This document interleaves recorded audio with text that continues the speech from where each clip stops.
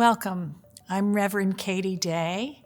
I'm a Presbyterian minister, a retired seminary professor, and I've worked with our denomination for many years in peacemaking and gun violence prevention.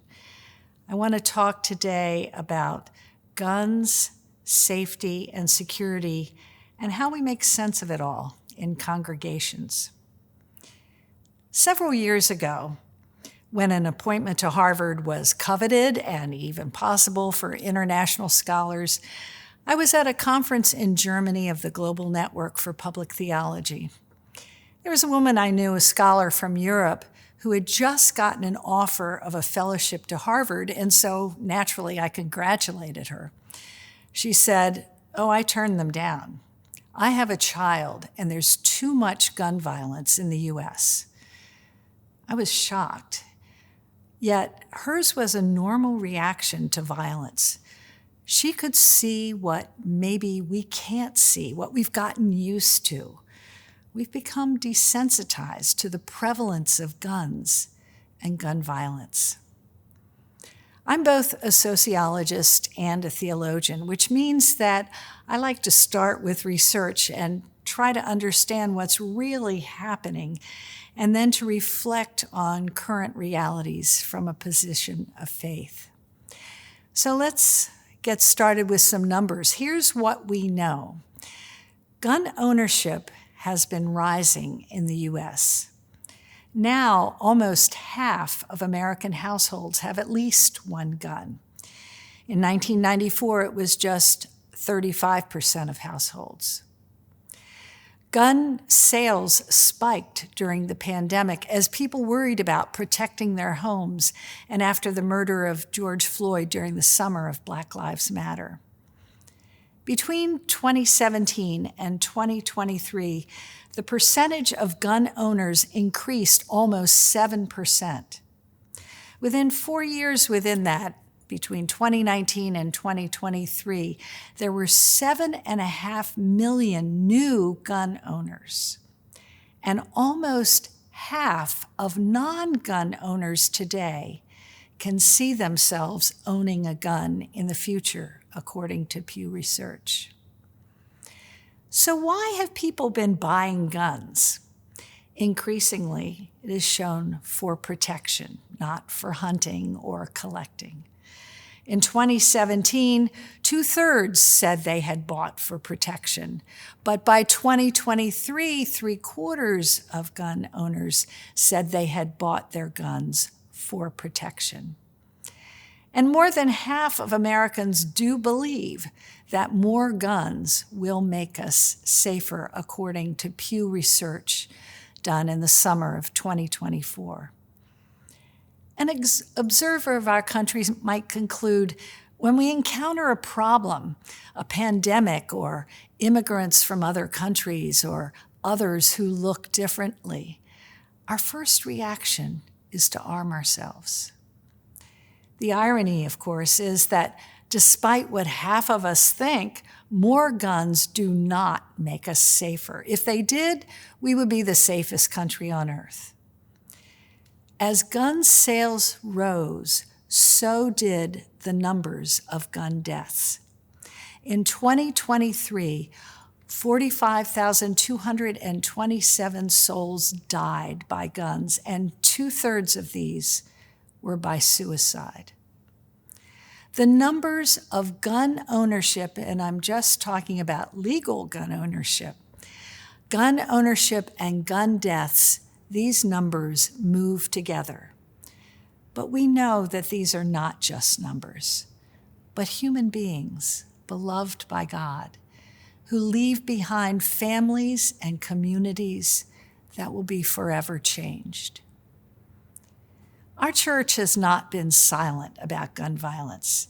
Over the years, the Presbyterians have had plenty of programs and overtures to resource presbyteries and congregations to be better informed and to respond. We've been joined by other denominations, but historically, we have taken the lead.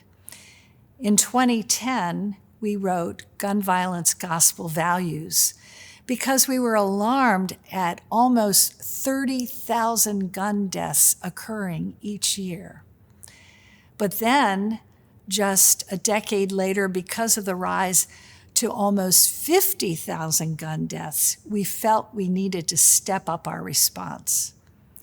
Currently, we are years into a decade to end gun violence. That means that as we've been giving grants to congregations and presbyteries to develop their own violence prevention programs. We've commissioned an updated documentary to the Trigger film that came out in 2010.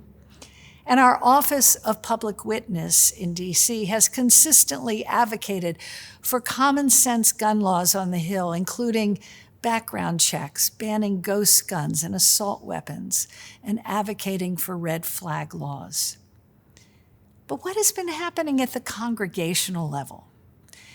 With the overwhelming fire hose of challenging news, is there much conversation about guns and gun violence? Research by Professor Leah Shade has shown that guns and gun violence is one of the top subjects that preachers most want to avoid addressing. And so it seems that despite our denomination's proclamations and resources, local congregations have been avoiding the topic of guns and gun violence. That began to change when it started to hit home during the spate of church shootings beginning in 2015 with the horrific shooting in Charleston, South Carolina, at the Mother Emanuel AME Church, in which a Christian nationalist killed 9 members, including the pastor who had gathered for Bible study. This was followed by a shooting in Sutherland Springs during worship in which a gunman killed 26 people and wounded 20 more. Followed by, the following year, the Tree of Life synagogue shooting when 11 people were killed during worship. In 2019, worshipers were also killed in mosques in New Zealand. 51 were killed there. The synagogue in Poway, California, Christian Church in Fort Worth, Texas, and in 2022 at Geneva Presbyterian, in which a gunman came in during the fellowship hour and killed a beloved member and wounded 5 others. The next year, in 2023, the Covenant School in Nashville had a gunman enter, killing 7 people, including 3 children. These were communities of faith, regular communities of faith, going about what they had been doing for generations, gathering for prayer, studying sacred text, even for potluck dinners. According to FBI statistics, violence in our sacred places has been increasing. Church shootings has joined our lexicon, along with mall shootings, school shootings, nightclub shootings. And no faith group, it seems, is exempt from gun violence. African American Christians, white evangelical Christians, mainline Protestants, Muslims, Catholics, Jews, even Sikhs. All of this has left congregations feeling vulnerable and imagining the unimaginable, an active shooter in our houses of worship, which is still a very rare occurrence, but horrific and grabs our imagination. This is not something we've had in our recent experience, nor do we have a theological language for it. It's certainly not something I can tell you that's covered in seminary curricula. Into this vacuum, church security training organizations started proliferating and faith leaders began flocking to them after 2015. This then begged the question, how are we as people of faith thinking about the meaning of security, not only theologically, but practically? How are we trying to stay safe in ways that are consistent with our faith. Through a grant from the Louisville Institute, I was able to spend 4 years working with fellow sociologist David Yamani of Wake Forest, studying how congregations were responding to the growing sense of threat posed by gun violence. We conducted ethnographic research in congregations in East Texas, Metro Philadelphia, and North Carolina, which represented a diversity of religious traditions, contexts, and racial ethnic identities. We were studying them before and after the pandemic. And we would conduct in-depth interviews with clergy and congregation members one-on-one and sometimes in focus groups. We also participated in some of those national training programs for church security teams. Our study revealed that congregations were responding in a wide variety of ways. Some were ignoring the threat, the situation, and did nothing. Some were thinking about it and had decided, we will rely on God's protection. Some were enhancing security systems. In fact, the Faith Communities Today survey of 15,000 congregations found that before Charleston, only 13% of congregations had security cameras, but 4 years later, almost 40% did. Some congregations were engaging in active shooter training, usually conducted by local law enforcement. Some were permitting, even encouraging members to bring their guns to worship, usually concealed, but occasionally even openly. And some got armed security, either having their own in-house team trained or hiring outside professionals. Again, all of this was after Charleston, but in the before times, before COVID. We found that the pandemic had a huge effect. Before COVID, the Faith Communities Today survey found that after Mother Emanuel's shooting, over half of congregations were concerned or very concerned about safety and security. This was higher, of course, among Muslim, Jewish, and African American congregations. But after the shutdown, things had changed. As congregations moved away from their buildings, concern for safety and security dropped off significantly. When they came back, this lower concern was evidenced to us as we interviewed. One person said, "We're just more afraid now of a virus than a bad guy." We saw that security teams were shrinking and some of the programs they had implemented were going away. At the very same time, many congregations had put in new security systems during the shutdown. So when they returned to their sanctuaries, they felt safer. But besides having to worry about a virus, not a bad guy, and having new security systems in place, there were other reasons they felt safer when they returned. Remember those earlier statistics about gun purchases during the pandemic? More people were now carrying guns on the street, in communities, and in churches. And there was a noticeable increase in the comfort level of concealed carry in church. We asked clergy in 2019 and 2022 to guesstimate about how many people they thought in their congregation were carrying weapons during the service. Their guesstimates increased between 2019 and 2022, and yet almost all of them said, "We don't want to know who's carrying." This was essentially a don't ask, don't tell policy. So how do we understand this seeming acceptance of guns that we were hearing? Was this willed blindness? Was this resignation, there are just more guns in circulation now?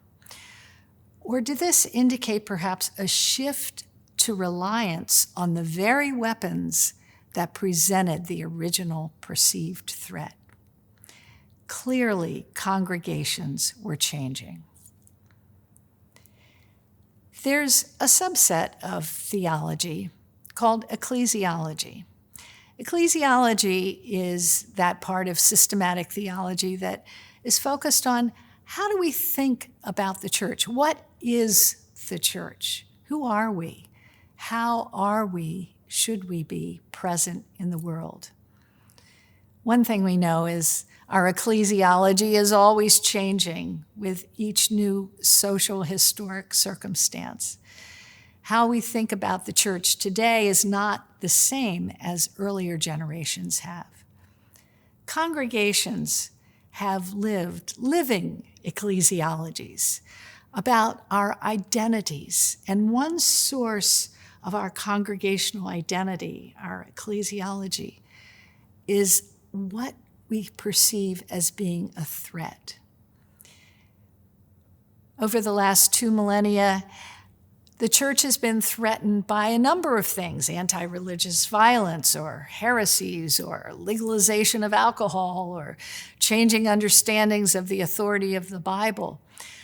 All of these senses of threat informed how we thought about how the church should be present in the world and who we are. The church is currently threatened by many things, including a decline in our numbers and in our status and relevance in society. But in the last decade, our sense of threat seems to have shifted to focusing on the other. Earlier in the 2000s, we had been cultivating hospitality as the paradigm for our ministry, welcoming the stranger. Now there has been a subtle shift to protecting ourselves from the stranger who could do us harm. The theologian Paul Tillich, in his classic book, Courage to Be, talks about the human anxiety of non-being. But he says we can't really we can't handle this amorphous anxiety of non-existence. We can't contemplate it. So we focus that anxiety instead on fear which has an object and which we can address. The Christian ethicist Scott Bader Say has said that fear becomes a moral issue when we allow our sense of threat to shape our moral action, excluding others, privileging ourselves. I would argue in the same way that we can't wrap our heads around existential anxiety, we can't wrap our heads around security, so we focus instead on safety, and specifically what will keep us safe, and guns as a means of ensuring safety. Bader Say said, this could lead to being more willing to operate under an ethic of do unto others before they do unto you. A newfound acceptance of guns in our culture and in our pews raises some important questions. How do we incorporate this into our identity as faith communities? What does security mean for us? Is it the same as safety? Are we sliding into a fortress identity, an ecclesiology of protecting ourselves from the other? Specifically, does the presence and the comfort with the presence of guns undermine our trust with newcomers, with strangers, with our pew mates, that social trust that is the glue of society and our communities of faith? Dietrich Bonhoeffer, with whom I know you're familiar, was a pastor, a theologian, a resistor, a church leader, eventually a martyr. He wrote prolifically throughout his career, especially in his last 2 years in prison before he was executed. Throughout it all, he had two central compelling questions. Who is Jesus Christ for us today? And what is the church?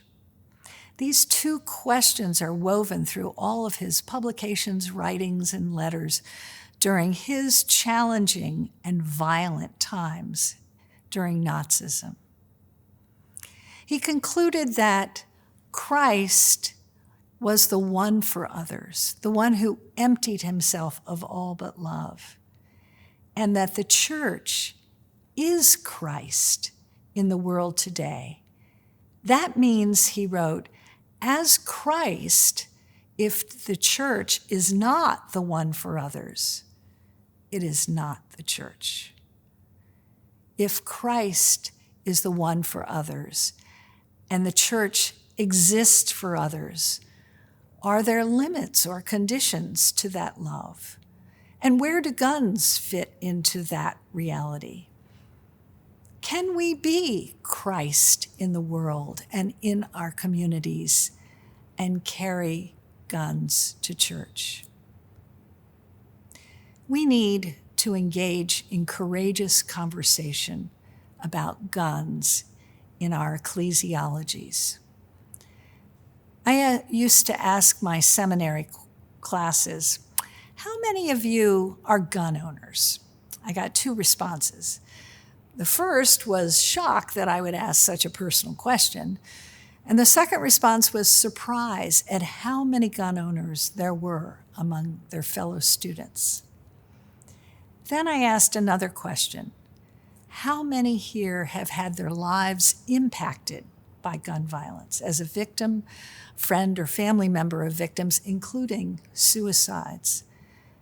Again, there was a surprise at the numbers of classmates impacted by gun violence. And that was the beginning of an honest, difficult conversation.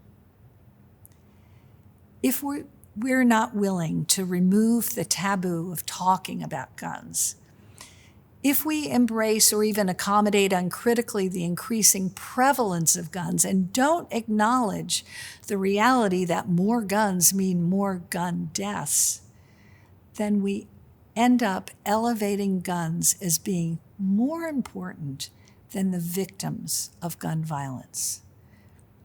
But if we do intentionally talk about our relationship with guns from the position of faith, we can find new hope and a deeper understanding of security. Thank you.